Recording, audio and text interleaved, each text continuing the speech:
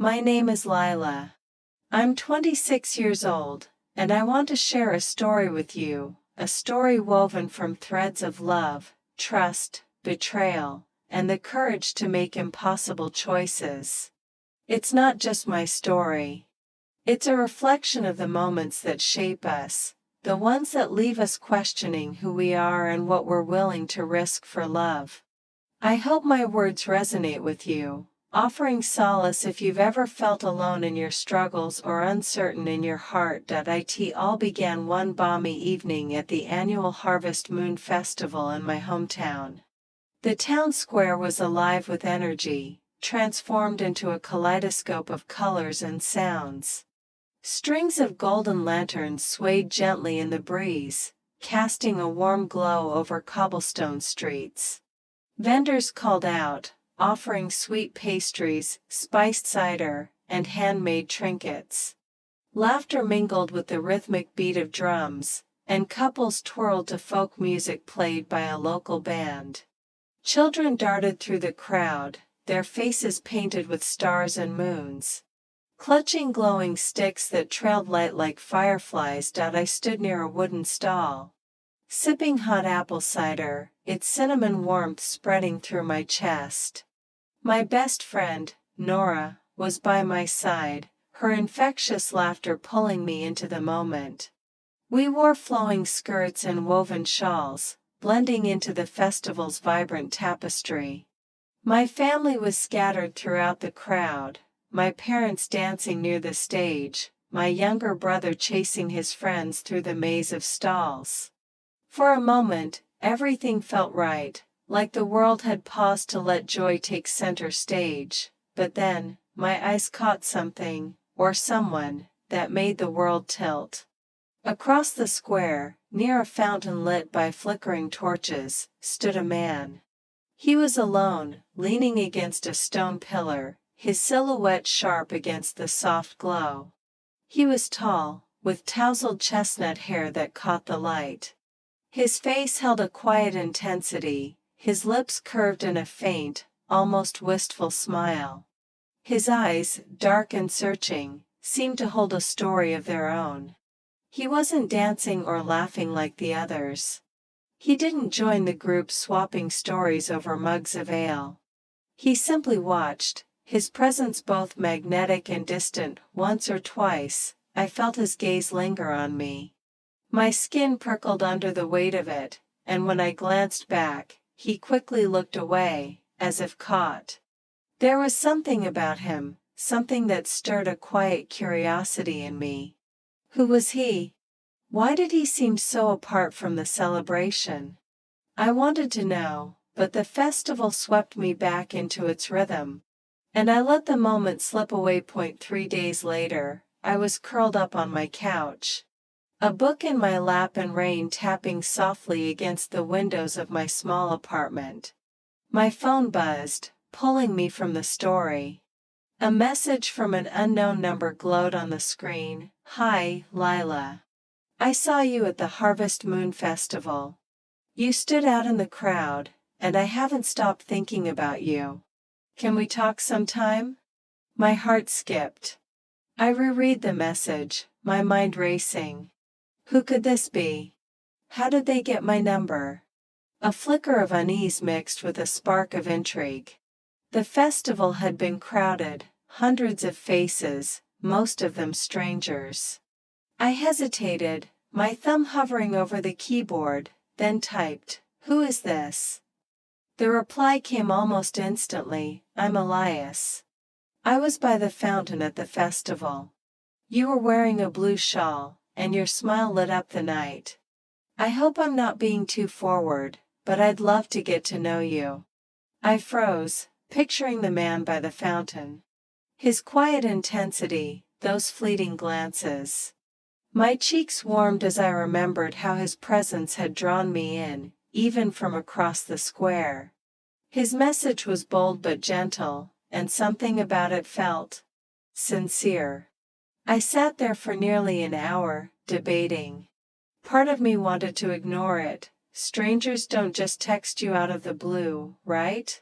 But another part, The part that had felt his eyes on me that night, wanted to know more. Finally, I typed back, "Hi, Elias. I remember you. Let's talk." That was the spark that ignited everything. From that day, Elias and I texted constantly. Mornings began with his, "Good morning, Lila. Hope your day's off to a great start." And evenings ended with long conversations about our lives. He asked about my dreams, my favorite books, the little things that made me laugh. I learned he was an architect, passionate about designing spaces that told stories. He spoke of his childhood in a small coastal town, of his mother's love for gardening, and his habit of sketching the world around him. His messages were thoughtful, laced with humor that made me giggle at my phone like a teenager. He sent photos of his sketches, delicate lines forming bridges, houses, and once, a portrait of a woman who looked strikingly like me. Each notification brought a rush of excitement. I'd find myself checking my phone during lunch breaks at the bookstore where I worked, smiling at his latest quip or kind words. It was strange how quickly he became a part of my routine, how close I felt to someone I'd only seen once. Nora teased me about my mystery man, but she saw the way my eyes lit up when I talked about him. I was falling, and I didn't want to stop. 10 days later, everything changed. We were texting late into the night, our conversation a mix of playful banter and deeper questions about life. Then, out of nowhere, Elias sent a message that stopped my breath. "Lila, I know this sounds insane, but I think you're the one I've been searching for. I want to spend my life with you. Will you marry me?" My heart thundered in my chest. Marry him? We'd only been talking for days. I stared at the words, my mind a storm of shock, fear, and something dangerously close to hope. My fingers trembled as I typed, "Elias, we barely know each other. How can you be so sure?" His response was immediate, "I know it's fast, but I feel it in my soul. You're different, Lila. I've never connected with anyone like this. I want to build a life with you, to make you happy every day. Please, trust me. I love you." His words were a tidal wave, overwhelming and warm. A cautious voice in my head urged me to slow down, to think this through. We hadn't even met in person since the festival. But another part of me, the part that craved love, that believed in fairy tales, wanted to leap. I thought of his kind words, his laughter, the way he seemed to see me in a way no one else had. Against my better judgment, I typed, "Yes." The weeks that followed were a whirlwind. Elias and I met in person, first for coffee, then for long walks through the city's parks. He was even more captivating up close, his warm brown eyes, his gentle way of listening, the way he'd brush a strand of hair from my face with a shy smile. We planned a small wedding, nothing extravagant, just our closest family and friends in a garden draped with fairy lights. I wore an ivory dress that flowed like a dream, and Elias looked striking in a charcoal suit, his eyes never leaving mine. The air smelled of jasmine and fresh earth, and as we exchanged vows, I believed I'd found my forever. Our families embraced us, their cheers echoing through the night. My mother cried, whispering that she'd never seen me so radiant. Nora squeezed my hand, her eyes sparkling with approval. In every photo, my smile was wide, unguarded. I thought, this is it. This is my happy ending. We moved into a cozy apartment overlooking the river, its windows catching the sunrise each morning. At first, life was a montage of perfect moments. Elias would wake me with a kiss on the forehead, his voice soft as he said, "Good morning, my love."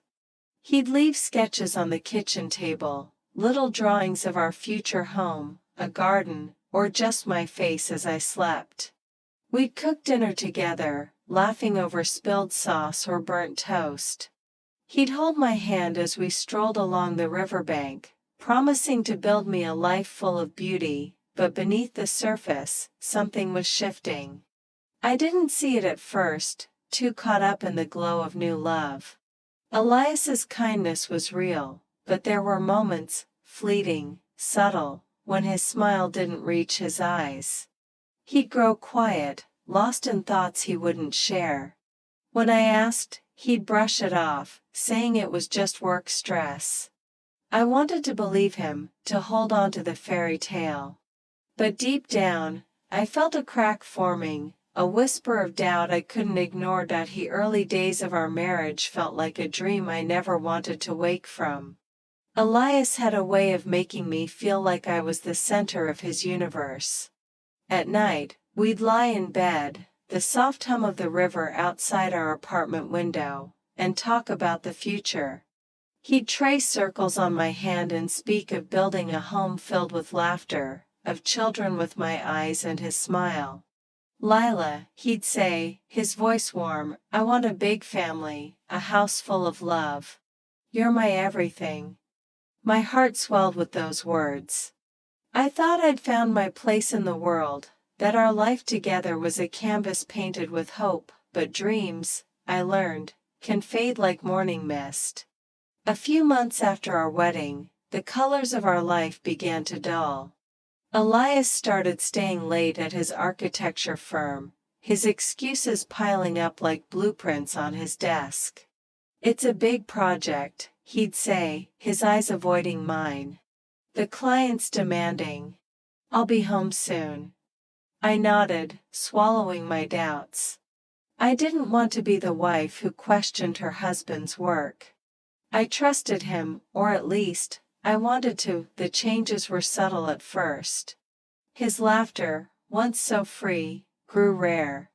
He stopped asking about my day at the bookstore, where I'd spend hours arranging displays or reading to kids during story hour.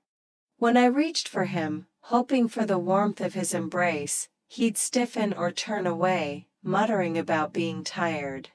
The apartment, once filled with our shared dreams, him about.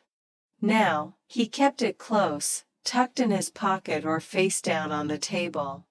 Sometimes, he'd step onto the balcony to take calls, his voice low, the glass door sliding shut behind him. My stomach twisted each time, but I pushed the thoughts away. "He's busy," I told myself. "He loves you. Don't be paranoid." One evening, everything shattered. Elias had left for a late meeting, and I was alone, folding laundry in our dimly lit living room. His phone, forgotten on the coffee table, lit up with a soft ping.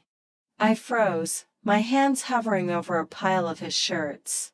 A voice in my head screamed to leave it alone, but my heart, heavy with weeks of unspoken fears, won.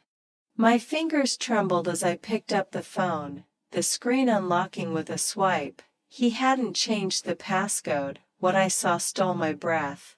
Messages from a woman named Clara filled the screen, each one a dagger. "Miss you, my love," she wrote. "Can't wait to see you tomorrow." The words were tender, intimate, the kind Elias hadn't used with me in months. There were photos, too, a selfie of her smiling in a cafe, her blonde hair catching the sunlight, and another of them together, his arm around her, his smile brighter than I'd seen in ages. I knew her. Clara was a florist in town, someone I'd chatted with at the market, her stall bursting with roses and lavender. The betrayal cut deeper knowing her face, her kindness, had masked this secret. Tears blurred my vision as I scrolled, each message a confirmation of my worst fears. They'd been together before our marriage, during those early days when Elias's texts to me were full of promises. And he was still with her now, weaving a double life while I built a home for us. The phone slipped from my hands, clattering onto the table. I sank to the floor, my chest tight, the world spinning. Everything I'd believed in, our love, our vows, felt like a lie. When Elias came home that night, I was waiting, the phone clutched in my hand like evidence in a trial. "Elias," I said, my voice shaking but steady, "what is this?" I held up the screen, Clara's messages glowing in the dim light. His face paled, his eyes widening with something like panic. "Lila, he stopped, running a hand through his hair. "I didn't mean for you to see that. It's not what you think." "Not what I think?" My voice rose, raw with hurt. "You're telling her you love her. You're meeting her, lying to me. How could you?" Tears streamed down my face, but I didn't look away. "You promised me forever, Elias. You stood in that garden and swore you'd be mine." He stepped closer, his hands outstretched, pleading. "It was a mistake, Lila. I swear, it didn't mean anything. I love you. I'll end it, I promise. Please, give me a chance to fix this." His voice cracked, his eyes glistening with what looked like guilt, or was it fear of being caught? I wanted to scream, to throw the phone at him. But I thought of our children, our son, Theo, 4 years old, with his father's curls and endless questions. And our daughter, Ivy, barely 2, who clung to Elias's legs when he came home. They were asleep in their room, unaware of the storm tearing through their parents' world. For their sake, I swallowed my rage. "One chance," I whispered, my voice breaking. "For them. But you have to choose, Elias. Me or her." For a while, things seemed to improve. Elias came home on time, his arms full of grocery bags or small toys for the kids. He'd play with Theo, building towers of blocks, or sing lullabies to Ivy until her eyelids fluttered shut. He'd kiss my forehead, his touch tentative but warm, and say, "I'm trying, Lila. I'm here." I clung to those moments, desperate to believe we could rebuild. At the bookstore, I'd confide in Nora, who listened with a furrowed brow but urged me to hold on to hope. "People make mistakes," she said. "Maybe he's really trying. But hope is fragile, and doubt is a persistent shadow." A few weeks later, the old patterns crept back. Elias started working late again, his excuses flimsier each time. "The project's behind," he'd say, or "my boss needs me for a site visit." His phone was glued to his hand, and when I asked about his day, his answers were clipped, his eyes distant. At dinner, he'd scroll through messages, barely glancing at me or the kids. The apartment felt like a stage, and I was playing a role in a marriage that no longer existed. One night, unable to bear the uncertainty, I checked his phone again. It was a betrayal of my own principles, but I needed the truth. There they were, new messages to Clara, as sweet and searing as before. "I miss you so much," she wrote. "When can we meet?" His reply, "Soon, love. I'll make time." The words burned into me, reigniting the pain I'd tried to bury. I sat on the couch, tears falling silently, as the life I'd fought for crumbled. When Elias came home, I didn't wait. "You lied," I said, my voice steady despite the ache in my chest. "You're still talking to her. You promised, Elias." I held up the phone, my hands no longer shaking. "I was done trembling." He sighed, his shoulders slumping. "Lila, I'm sorry. I didn't mean to hurt you again. I don't know how to stop." His honesty was a knife, cutting deeper than any lie. He didn't even try to deny it. "You don't know how to stop?" I laughed, bitter and broken. "You chose her, Elias. Over me, over our children. You broke us." I thought of Theo's laughter, Ivy's tiny hand in mine, and the future I'd imagined for them, a family whole and happy. That dream was gone. For weeks, I tried to hold on, telling myself I could endure for the kids. Elias made promises again, his voice softer, his eyes pleading. But his actions never matched his words. He'd leave early, come home late, his phone a constant barrier between us. I felt like a ghost in my own home, invisible to the man I'd loved. Nora noticed the change in me, urging me to think of myself, not just the kids. "You deserve more, Lila," she said one afternoon, her voice fierce. "You're stronger than this." The final straw came on a cold evening.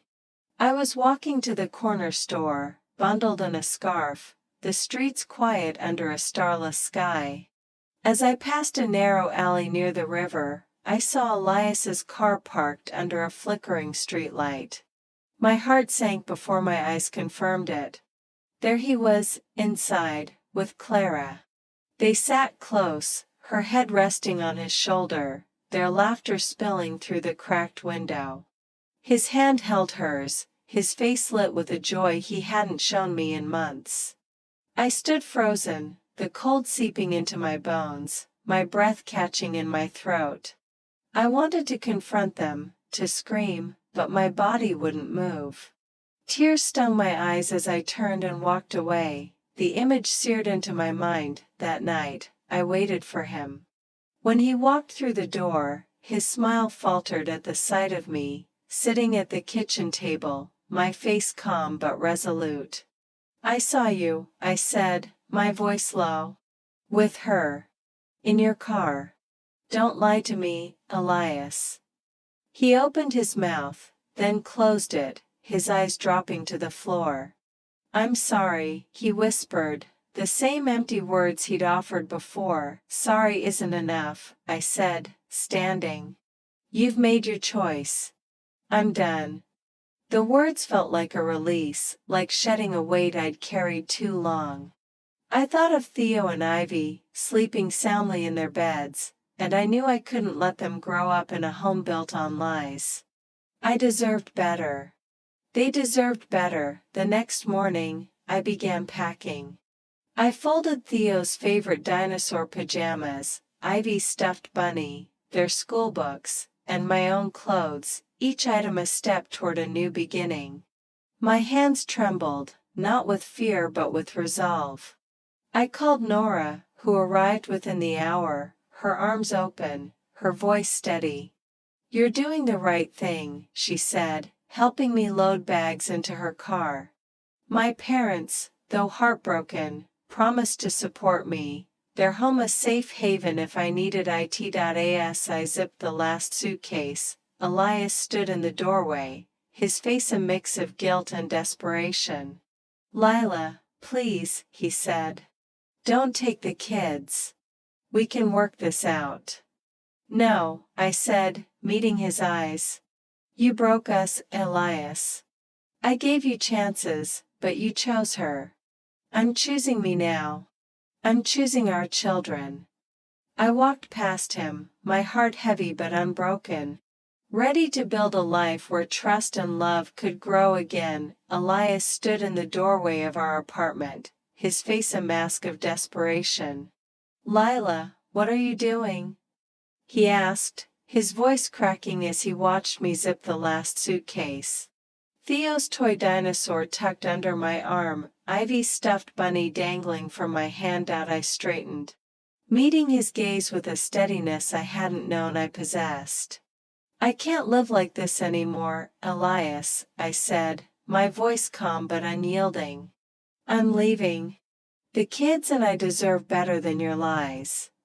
I brushed past him, my heart pounding but my resolve unbreakable, and walked out into the chilly dawn, Theo's small hand in mine, Ivy cradled against my shoulder. The river glinted faintly in the early light, a silent witness to the end of one chapter and the beginning of another. I drove to my parents' house, a modest brick home nestled at the edge of town, where wildflowers spilled over the garden fence. When my mother opened the door, Her eyes widened at the sight of us, me, red-eyed but resolute, Theo clutching his dinosaur, Ivy asleep in my arms. "Lila, what's happened?" she asked, her voice trembling. My father appeared behind her, his brow furrowed with worry. We sat at their kitchen table, the familiar scent of chamomile tea filling the air. I told them part of the truth, my voice steady despite the tears threatening to spill. "Father, maybe he'll change, Lila. Maybe you can work it out." My father nodded, adding, "Marriage is hard. Forgiveness takes time." Their words stung, like salt in an open wound. They meant well, but they couldn't feel the ache in my chest, the betrayal that had eroded my trust. "I've forgiven him before," I said, my voice sharper than I intended. "I gave him chances. He broke every promise. I can't keep breaking myself to save him." They fell silent, and in their eyes, I saw the slow dawning of understanding. The first weeks at my parents' house were a blur of pain and adjustment. Theo, with his wide, curious eyes, asked every day, "Where's Daddy?" Ivy, too young to understand, would toddle to the window, expecting Elias's car to pull up. I knelt beside them, brushing Theo's curls and kissing Ivy's forehead, and said, "Daddy's not here right now, but I'm here. I'll always be here." The words were a promise, but they felt fragile. Like I was trying to convince myself as much as them. At night, when the house was quiet, I'd lie in the guest room. The bed cold and unfamiliar. Tears soaked my pillow as I replayed the past, the festival where I first saw Elias, his warm smile by the fountain, the vows we'd spoken under fairy lights. Had any of it been real? Or had I fallen in love with a mirage? The loneliness was crushing, but deep down, I knew I'd made the right choice. For Theo, for Ivy, for myself. Elias came to my parents' house once, a week after I left.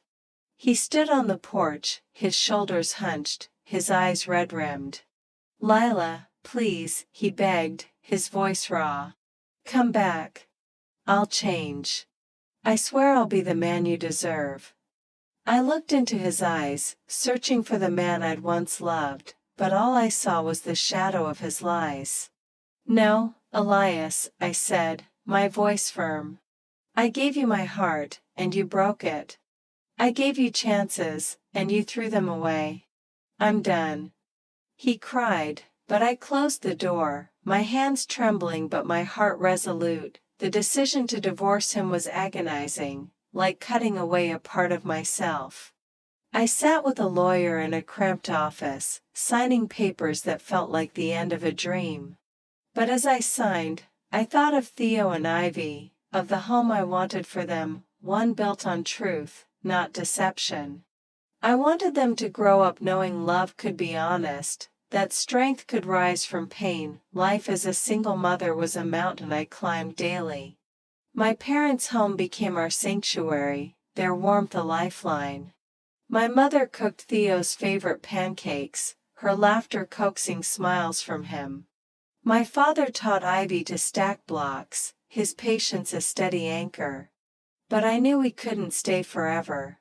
I wanted to stand on my own, to show my children we could build a life from the ashes of the one I'd left. I found a job at a small boutique in town, selling handmade scarves and jewelry. The pay was modest, barely enough for groceries and diapers, but it was a start. I'd wake at dawn, make breakfast for Theo and Ivy, drop them at daycare, and rush to the shop. The work was exhausting, smiling for customers, restocking shelves, balancing the till, but when I saw my children's faces at the end of the day, their giggles as we played in the park, I felt a spark of pride. I was doing this. I was enough. Elias called occasionally, asking about the kids, his voice laced with guilt. "They need their father," he'd say, pleading for a way back in. I kept my responses short, polite but distant, speaking only of Theo and Ivy's milestones, Theo's first soccer game, Ivy's new words. I'd closed the door to my heart, and no amount of apologies could reopen it. Months passed, and the weight of survival pressed harder. The boutique job wasn't enough for the life I wanted for my children: good schools, warm clothes, a future free from worry. One evening, as I scrubbed dishes in my parents' kitchen, the idea of leaving town took root. A friend from the bookstore, Amara, had moved abroad for work, sending money home for her family. Over coffee, she told me about opportunities in a neighboring country, jobs in hospitality, childcare, or cleaning that paid far more than I could earn here. "It's hard, Lila," she said, her eyes kind but serious, "but it could change everything for your kids." The thought of leaving terrified me. A new country, a new language, a life far from the river and the wildflower garden I knew. But as I tucked Theo and Ivy into bed, their small hands clutching mine, I saw their futures, bright, full of possibility, and I knew I had to try. I spent nights researching, saving every penny from the boutique, and praying for courage. My parents were heartbroken when I told them. My mother's eyes filled with tears as she hugged me. "How will you manage alone?" she asked. I squeezed her hand and said, "I'll be okay. This is for them." The day I left was the hardest of my life. At the airport, Theo clung to my leg, his voice trembling. "Don't go, Mommy." Ivy, sensing the tension, wailed in my arms. I knelt, pulling them close, my voice steady despite the ache in my chest. "I'm doing this for you," I whispered. "I'll call every day, and soon, I'll bring you to me. I love you more than anything." I kissed their foreheads, memorizing their faces, and walked through security. Tears streaming down my cheeks but my steps unwavering. The first months abroad were a trial by fire. The city was a maze of unfamiliar streets, its language a puzzle I struggled to decode. I rented a tiny room in a shared apartment, its walls thin and its windows drafty. I worked as a cleaner, scrubbing floors in wealthy homes, my hands raw and my back aching. At night, I'd collapse onto my narrow bed, the loneliness threatening to swallow me. I missed Theo's laughter, Ivy's babbling, the warmth of my parents' kitchen. But every evening, I'd video call home, their faces lighting up my screen. "Mommy, look at my drawing," Theo would shout, holding up a crayon masterpiece. Ivy would wave, giggling, "Hi, Mama." Those moments were my fuel, my reason to keep going. Slowly, the pieces fell into place. I sent money home, enough for Theo's school fees, Ivy's new shoes, and a small savings account for their future. My parents sent photos, Theo scoring a goal, Ivy chasing butterflies in the garden, and their smiles made every sore muscle worth it. I began to learn the language, picking up phrases from coworkers, and found a community in the other women at the cleaning agency. We'd share meals, swapping stories of home, their resilience inspiring mine. With time, I changed. I wasn't just the woman Elias had betrayed, nor the heartbroken mother who'd cried herself to sleep. I was Lila, a fighter, a provider, a woman rebuilding her life brick by brick. One evening, after a long shift, I sat by my window, the city's lights sparkling below. I thought of the festival where I'd met Elias, his promises that had once felt like stars in my sky. I thought of the pain, the tears, the nights I doubted myself. And then I thought of now, working, saving, dreaming of bringing Theo and Ivy to join me. For the first time in years, I smiled at my reflection in the glass. I was proud. My story isn't a fairy tale. It's a tapestry of love and loss, of trust shattered and strength forged. I learned that walking away, even when it hurts, can lead to freedom. I learned that no one can change someone who doesn't choose to change. And I learned that love, true love, begins with respecting yourself. I'm teaching Theo and Ivy that lesson, showing them that strength is in honesty, in standing tall even when the ground shakes beneath you. I don't know if I'll love again. If that day comes, I'll carry the wisdom of my scars. I'll never settle for less than I deserve. For now, I'm building a life for my children, for myself, one day at a time. To anyone listening, know this: your pain doesn't define you. Your courage does. Keep going, even when it's hard. You're not alone.